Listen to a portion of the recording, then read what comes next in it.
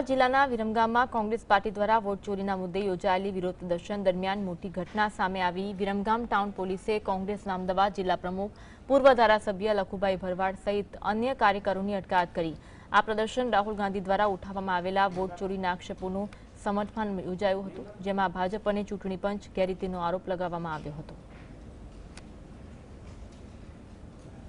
અમારા લોકસભાના વિપક્ષ નેતા માનનીય શ્રી રાહુલ ગાંધીજીએ જે કર્ણાટકની અંદર વોટની ચોરી કઈ રીતે થાય છે એ આખું પ્રકરણ પકડ્યું છે અને એ વોટ ચોરીનું પ્રકરણ આખા ભારતમાં ઉજાગર કરવાનું હોય અને આ સરકાર અને ચૂંટણી પંચ બંને સાથે મળીને જે રીતે વોટ ચોરી કરી અને સરકાર બનાવે છે અને